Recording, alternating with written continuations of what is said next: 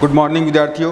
कक्षा 12 में photo periodism चल रहा है, दीप्तिकालिता जिसे हम कहते हैं। और पिछली क्लास में मैंने आपको इसके प्रकारों के बारे में बताया था, एलडीपी, एसडीपी, इंटरमीडिएट प्लांट्स, इसके अलावा डे न्यूट्रल प्लांट, ये सब हम पढ़ चुके हैं। और आज हम जानेंगे कि इसकी साइट कहाँ होती है, यानी जो दीप्तिकाल पादप को मिलता है तो उसको ग्रहण करने की साइट कहाँ है। ठीक है, इसको हम इस तरह से नाम दे सकते हैं कि दीप्तिकाल का प्रेरण स्थल क्या होगा। ठीक है, दीप्तिकाल का प्रेरण स्थल, इसके बारे में हम देखेंगे कि दीप्तिकाल का प्रेरण स्थल क्या है। देखिए, दीप्तिकाल को ग्रहण करने का मुख्य कार्य कौन करता है? पत्ती करती है। दीप्तिकाल को ग्रहण करने का मुख्य कार्य कौन करेगा? का मुख्य कार्य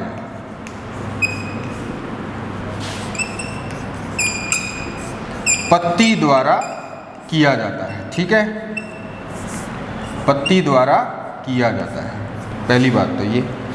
दूसरी बात ये कि इसके अंदर देखिए एक वैज्ञानिक जिसका नाम है मिखाइल चेलियाख्यान। मिखाइल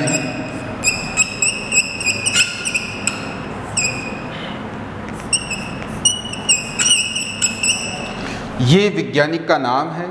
इसने 1936 में 1936 में, ठीक है, प्रेरण स्थल के बारे में बताया था। वो अपने प्रयोगों से क्या निष्कर्ष निकाला कि एक ही पत्ती दीप्तिकाल को ग्रहण करने की क्षमता रखती है, या हम ये कह सकते हैं कि पर्याप्त होती है। एक ही पत्ती दीप्तिकाल को ग्रहण करने के लिए पर्याप्त होती है, यानी कि एक पत्ती द्वारा अगर दीप्तिकाल को ग्रहण कर लिया जाता है तो उसका इफेक्ट पूरे पादप पर पड़ता है। ठीक है, तो प्रकाश उद्दीपन को पूर्ण विस्तारित और विकसित पत्ती द्वारा ग्रहण किया जाता है। जो पत्ती वेल मैच्योर्ड हो चुकी है, यानी कि उसमें जो डेवलपमेंट है वो पूरा हो चुका है, विकास की अवस्थाओं से वो गुजर चुकी है, उसके बाद उस पत्ती द्वारा दीप्तिकाल को ग्रहण किया जाता है। और यह दीप्तिकाल ग्रहण करने के लिए पूर्णतया कैसी होती है? सक्षम होगी और साथ ही साथ संवेदी होती है। ठीक है, सेंसिटिव होती है ये दीप्तिकाल को ग्रहण करने के लिए। तो प्रकाश उद्दीपन पत्तियों से पुष्प कलिकाओं में जो उद्दीपन होता है वो पत्तियों से पुष्प कलिकाओं में फ्लोएम के माध्यम से संचारित होता है। जो प्रकाश का उद्दीपन है वो पत्तियों से पुष्प कलिकाओं में क्यों विकसित वो ट्रांसफर होगा? क्योंकि आगे पुष्पन के लिए ये जरूरी है। तो ये किसके माध्यम से ट्रांसफर होता है? ये होता है फ्लोएम के माध्यम से। ठीक है, तो प्रकाश उद्दीपन पत्तियों से पुष्प कलिकाओं में फ्लोएम के माध्यम से संचारित होता है और यह प्रकाश संश्लेषी उत्पादों के संचरण से फ्री होता है। यानी कि जैसा कि हम जानते हैं कि पत्ती द्वारा भोजन का निर्माण किया जाता है, वहाँ पर फोटोसिंथेसिस की क्रिया मीजोफिल कोशिकाओं द्वारा की जाती है। तो उनसे बने जो उत्पाद हैं, यानी कि जो भोजन की मात्रा है वो भी आपको पता है कि पौधे में उसके बाकी के भागों में संचारित होते हैं। वो खाद्य पदार्थ जो कि ऊपर पत्ती में बनते हैं वो पादप के अन्य भागों में भी ट्रांसफ़र होते हैं। तो उन उत्पादों से फ्री होता है किसका ट्रांसफ़र? प्रकाश उद्दीपन का। यानी कि वो अलग से होता है प्रोसेस जिसमें कि प्रकाश संश्लेषण से बने उत्पादों का संचरण पादप के अन्य भागों में होगा और प्रकाश उद्दीपन का संचरण पत्तियों से पुष्प कलिकाओं में फ्लोएम के माध्यम से होता है। तो ये एक अलग संचरण है, यानी कि दोनों एक दूसरे से फ्री होते हैं, दोनों एक दूसरे को प्रभावित नहीं करते हैं। ठीक है, इसी तरह से नॉट ने 1934 में मिखाइल चेलियाख्यान से पहले ही बता दिया था। नॉट ने इसने ये कहा था 1934 में, इसने ये कहा कि दीप्तिकाल प्रेरण स्थल के रूप में सर्वाधिक प्रयुक्त पत्ती को ही इसने बताया है। यानी इसने ये कहा है कि जो दीप्तिकाल है उसको ग्रहण करने के लिए पादप के अंदर अगर सर्वाधिक उपयुक्त कोई जगह है तो वो क्या है? पत्ती है। ठीक है, इसके बाद चेलियाख्यान ने ही आगे और भी इसके लिए प्रयोग किए थे। देखते हैं क्या प्रयोग किए इसने। देखिए, इसने ये बताया कि निश्चित दीप्ति काल के चक्रों से जो पादप को या उसकी पत्ती को जो निश्चित क्रांतिक दीप्ति काल या दीप्ति काल का चक्र उसको जो प्राप्त होता है, उस चक्र से पत्ती में कुछ ऐसे पदार्थों का निर्माण होता है जो कि प्रोसीड्स को ट्रांसफर कर दिए जाते हैं। ठीक है, जो कि प्रोसीड्स में ट्रांसफर हो जाते हैं और वहां पर वो पुष्पन को प्रेरित करने का काम करते हैं। दोबारा से देखिए, चेलिया खान ने क्या बताया, इसने ये कहा कि जब पत्ती दीप्ति काल को ग्रहण करती है तो उस पत्ती में कुछ ऐसे पदार्थों का निर्माण होता है जो कि पुष्पन को प्रेरित करने का काम करते हैं, और ऐसे पदार्थों का ट्रांसफर कहाँ होगा, फिर आगे प्रोसीड्स में, यानी कि जो सूट एपेक्स है वहाँ पर हो जाता है, और वहाँ फिर वो पुष्पन को प्रेरित करने का काम करते हैं। इन्होंने इसके लिए एक पादप है जिसका नाम है क्राइजेंथिमम, उस पर प्रयोग भी किए थे। ठीक है, इस पादप पर इसने प्रयोग किए क्राइजेंथिमम पर। क्राइजेंथिमम पर इसने प्रयोग करके कैसे बताया, देखिए कि देखिए इसने जो पर्ण रहित यानी पत्ती रहित, ठीक है, पर्ण रहित सीड्स, इसको तो किस में रखा, इसको रखा इसने अल्प प्रदीप्त अवस्था में, अल्प प्रदीप्त अवस्था में। ठीक है, क्लियर। और जो आधार भाग है, जो पत्ती युक्त आधार भाग है, यानी पत्ती युक्त आधार,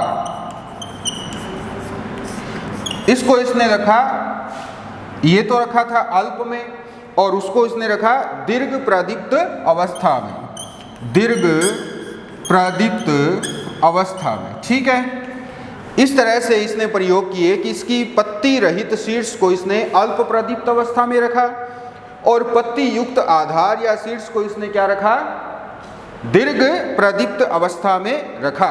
तो क्या पुष्पन होता है, तो क्या पुष्पन होगा, पुष्पन, ठीक है, पुष्पन नहीं होगा। ठीक है, पुष्पन नहीं होगा, क्लियर। अब इसी पादप के शीर्ष को इसने उल्टा कर दिया, यानी इसी पादप के पर्ण रहित शीर्ष को इसने रख दिया दीर्घ प्रदीप्त अवस्था में, और जो पत्ती युक्त भाग है उसको अल्प प्रदीप्त अवस्था में रख दिया, यानी कि इंटरचेंज कर दिया इसने। जो पर्ण रहित शीर्ष पहले अल्प प्रदीप्त अवस्था में था, उसको इसने बाद में जब इसमें पुष्पन नहीं हुआ तो फिर इसने चेंज किया, चेंज करके इसने पर्ण रहित शीर्ष को तो रख दिया दीर्घ प्रदीप्त अवस्था में, और पत्ती युक्त आधार को रख दिया अल्प प्रदीप्त अवस्था में, यानी कि उल्टा कर दिया इसने इस तरह से। ठीक है, ये तो आ गया यहाँ और ये आ गया यहाँ, क्लियर।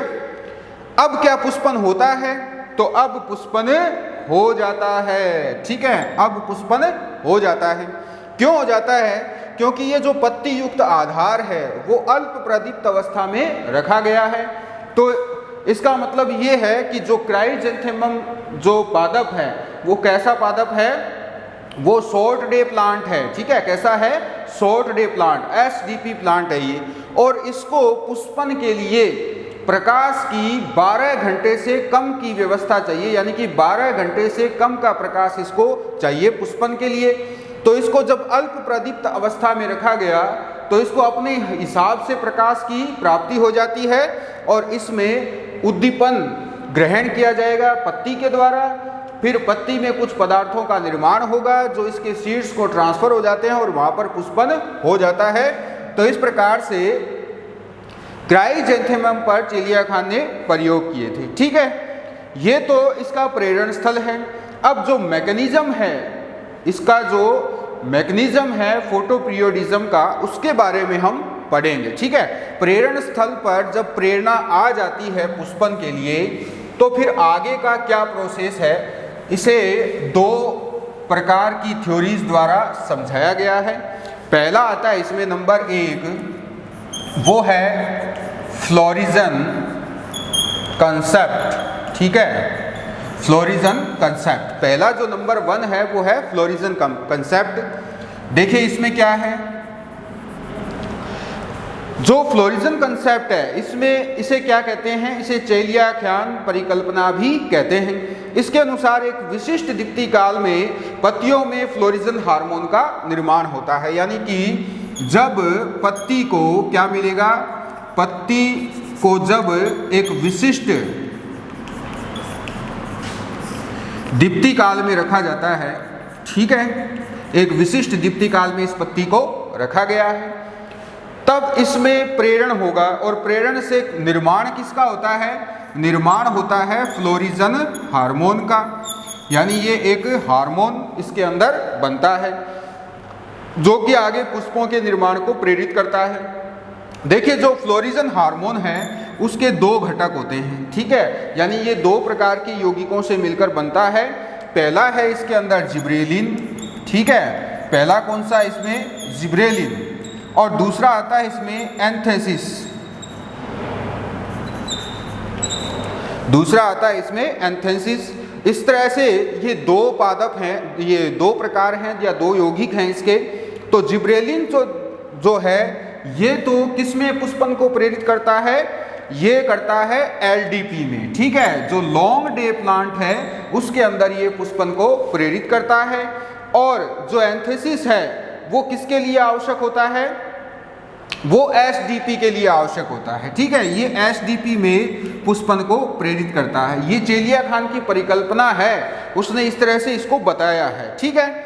अब देखिए जो जिब्रेलिन है वो आगे किसका निर्माण करेगा, वो स्टेम और स्टेम ग्रोथ, ठीक है, यानी स्टेम निर्माण, स्तंभ निर्माण और वृद्धि के लिए जिब्रेलिन आवश्यक होता है। जैसा कि मैंने आपको बताया था कि जो प्रोसीड्स में लंबाई में वृद्धि होती है वो जिब्रेलिन के प्रभाव से होती है। तो जिब्रेलिन क्या करता है, स्टेम और जो ग्रोथ है, स्टेम के निर्माण और ग्रोथ में भी भूमिका निभाता है, और साथ ही साथ एलडीपी में पुष्पन के लिए प्रेरणा देता है, ठीक है।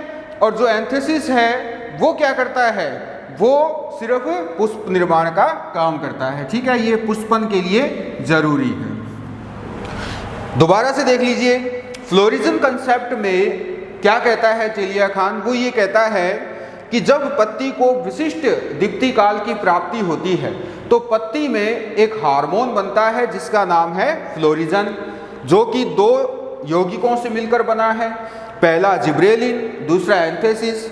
जिब्रेलिन लॉन्ग डे प्लांट में स्टेम की ग्रोथ के लिए, वृद्धि के लिए, पुष्पन के लिए उत्तरदायी होता है, और दूसरा जो इसका यौगिक है एंथेसिस, वो शॉर्ट डे प्लांट में पुष्पन के लिए उत्तरदायी होता है, ठीक है।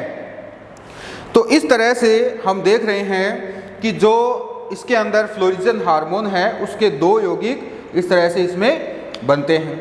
अब देखिए इसके लिए हम कुछ प्रयोग देख लेते हैं क्या किए गए हैं।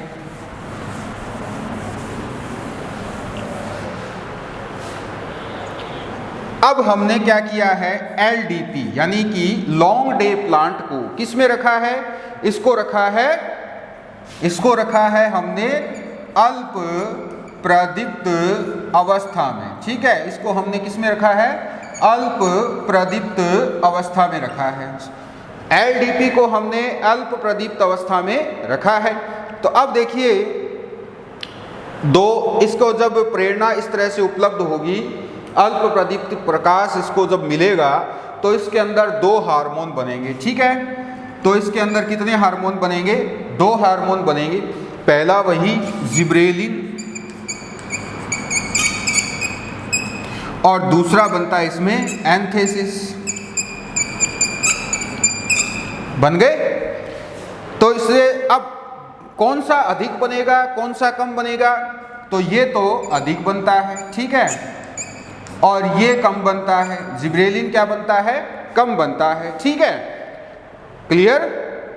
लेकिन जैसे ही इस एलडीपी को किसमें रखा जाएगा, अब यहां पर पुष्पन होगा कि नहीं, पुष्पन होगा कि नहीं, पुष्पन नहीं होता है, ठीक है। जो एलडीपी प्लांट है उसको जब अल्प प्रदीप्त अवस्था में रखा गया है तो पहली बात तो आपको यही समझ में आ जानी चाहिए कि ये लॉन्ग डे प्लांट है। इसको जब प्रकाश की समुचित व्यवस्था ही इसके लिए नहीं हो रही है तो इसमें पुष्पन कैसे होगा, पहली बात तो ये। लेकिन फिर भी इसको समझने के लिए हम इसको एलडीपी को अल्प प्रदीप्त अवस्था में रखते हैं, तो वहाँ पर जिब्रेलिन कम बनता है और एंथेसिस अधिक बनता है और इस अवस्था में पुष्पन नहीं होता है, ठीक है।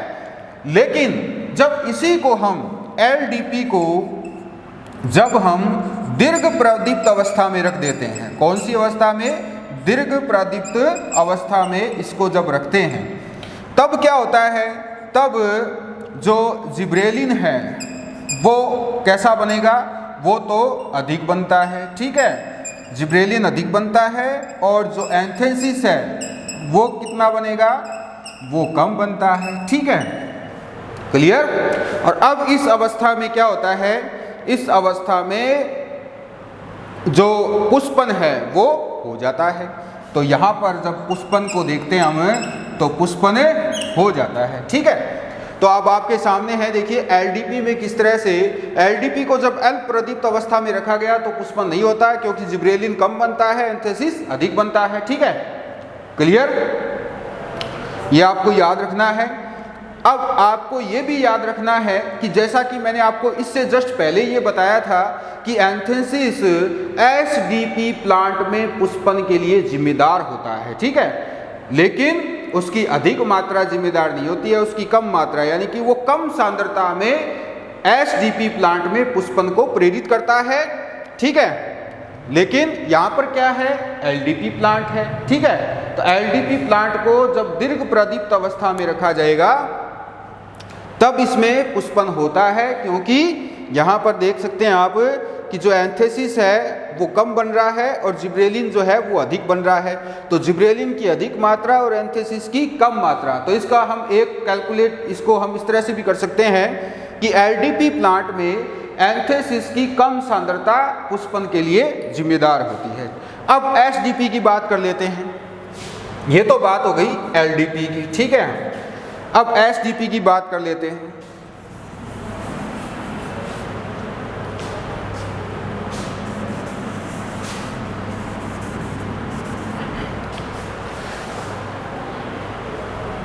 एसडीपी को अगर दीर्घ प्रदीप्त अवस्था में रखा जाए तो जिब्रेलिन अधिक और एंथेसिस कम बनता है, ठीक है, जिब्रेलिन अधिक बनेगा और एंथेसिस कम बनेगा, ठीक है, ये आपको याद रखना है।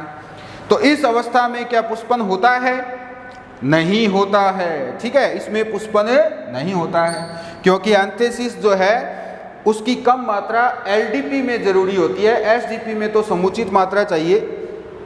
तो एसडीपी को जब दीर्घ प्रदीप्त अवस्था में रखा जाएगा तो पहली बात तो आपको यही समझ में आ जाना चाहिए कि इसको दीर्घ प्रदीप्त अवस्था में रखा गया जो कि इसके लिए अनुकूल नहीं है, इसको तो अल्प प्रदीप्त अवस्था चाहिए। तो एसडीपी को जब दीर्घ प्रदीप्त अवस्था में रखा जाएगा तो पुष्पन नहीं होगा क्योंकि जिब्रेलिन अधिक बनता है और एंथेसिस कम बनता है। परंतु इसी एसडीपी को जब अल्प प्रदीप्त अवस्था में रखा जाएगा तो फिर इसका उल्टा हो जाएगा, यानी जिब्रेलिन तो बन जाएगा कम और एंथेसिस बन जाएगा अधिक और पुष्पन हो जाएगा, ठीक है। इस तरह से आपको ये याद रखना है। तो एसडीपी प्लांट में पुष्पन के लिए एंथेसिस की अधिक मात्रा होनी चाहिए और एलडीपी में पुष्पन के लिए एंथेसिस की कम मात्रा होनी चाहिए, ठीक है। एसडीपी में पुष्पन के लिए जिब्रेलिन की कम मात्रा होनी चाहिए और एलडीपी में पुष्पन के लिए जिब्रेलिन की अधिक मात्रा होनी चाहिए, इसका मतलब यही है, ठीक है। आगे चलते हैं। मैं आपको एक चीज़ और बता देता हूँ कि अब तक फ्लोरिजन के बारे में तो ठीक है, वैज्ञानिकों ने थोड़ा बहुत पता लगाया है और जिब्रेलिन के बारे में भी पता लगाया है, परंतु एंथेसिस जैसा पदार्थ अभी तक अलग नहीं किया गया है, इसलिए इस परिकल्पना को मान्यता नहीं मिली है। दूसरा जो आता है इसमें वो है फाइटोक्रोम कंसेप्ट। नंबर जो दूसरा है वो है फाइटोक्रोम कंसेप्ट। अब देखिए बोर्थविक और हेंड्रिक्स 1950 ने इसे प्रतिपादित किया था। बोर्थविक एंड हेंड्रिक्स 1950 इन्होंने ये परिकल्पना दी थी। इनके अनुसार क्या है कि पत्तियों के उत्तक में एक प्रकाशग्राही वर्णक होता है। ठीक है, कहाँ पाया जाता है? पत्तियों के उत्तक में क्या पाया जाता है? एक उत्तक में प्रकाशग्राही वर्णक होता है। ठीक है, जो प्रकाश को ग्रहण करने का काम करता है, और वो क्या होता है? वो होता है फाइटोक्रोम। क्या होता है वो? फाइटोक्रोम। ये दोनों कहते हैं कि पत्तियों के उत्तक में एक प्रकाशग्राही वर्णक होता है जिसका नाम क्या है? ये फाइटोक्रोम। और फाइटोक्रोम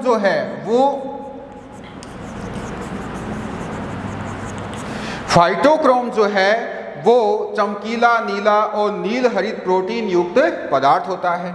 यानी ये कैसा होता है? चमकीला या फिर नीला या फिर नील रहित पदार्थ होता है। पदार्थ यानी प्रोटीन होता है, ये प्रोटीन होता है मेनली। ठीक है, अब देखिए ये इसकी एक खास बात और भी है कि यह दो रूपों में पाया जाता है। कौन से रूपों में पाया जाता है? दो रूपों में। तो यह दो अंतः परिवर्तन रूपों में पाया जाता है। ठीक है, रूपों में पाया जाता है। कौन कौन से हैं वो अंतः परिवर्तन रूप? एक तो होता है PFR और दूसरा होता है इसमें PR। ठीक है, दूसरा होता है PR। क्लियर? दो रूप हैं इसके, एक तो है PFR और दूसरा है PR। ठीक है, इसको हम P730 भी कहते हैं और इसको हम P660 भी कहते हैं। क्लियर? अब आगे देखिए क्या है। ये तो लाल प्रकाश को ग्रहण करेगा, 730 nm वाले लाल प्रकाश को ग्रहण करता है। ठीक है, ये भी लाल प्रकाश को ग्रहण करता है और ये भी लाल प्रकाश को ग्रहण करता है। ये तो 730 nm वाली जो किरणें हैं उनका अवशोषण करेगा और ये करता है 660 nm वाली किरणों का अवशोषण। क्लियर?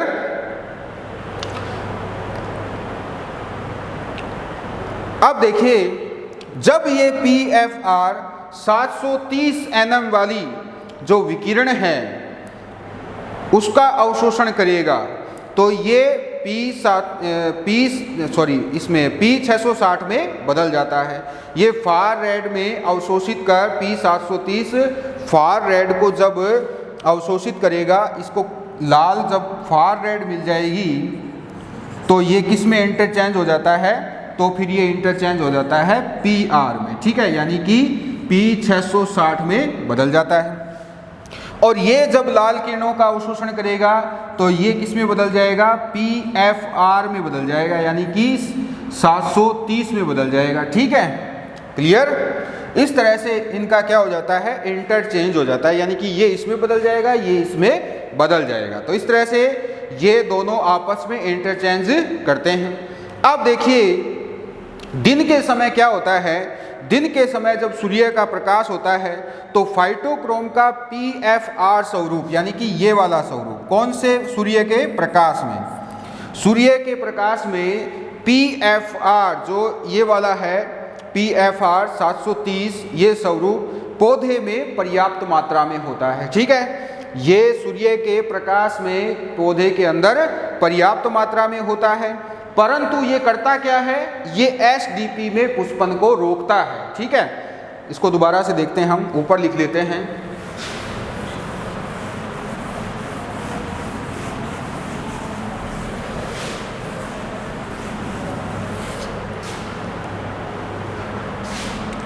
सूर्य का प्रकाश। ठीक है, सूर्य का प्रकाश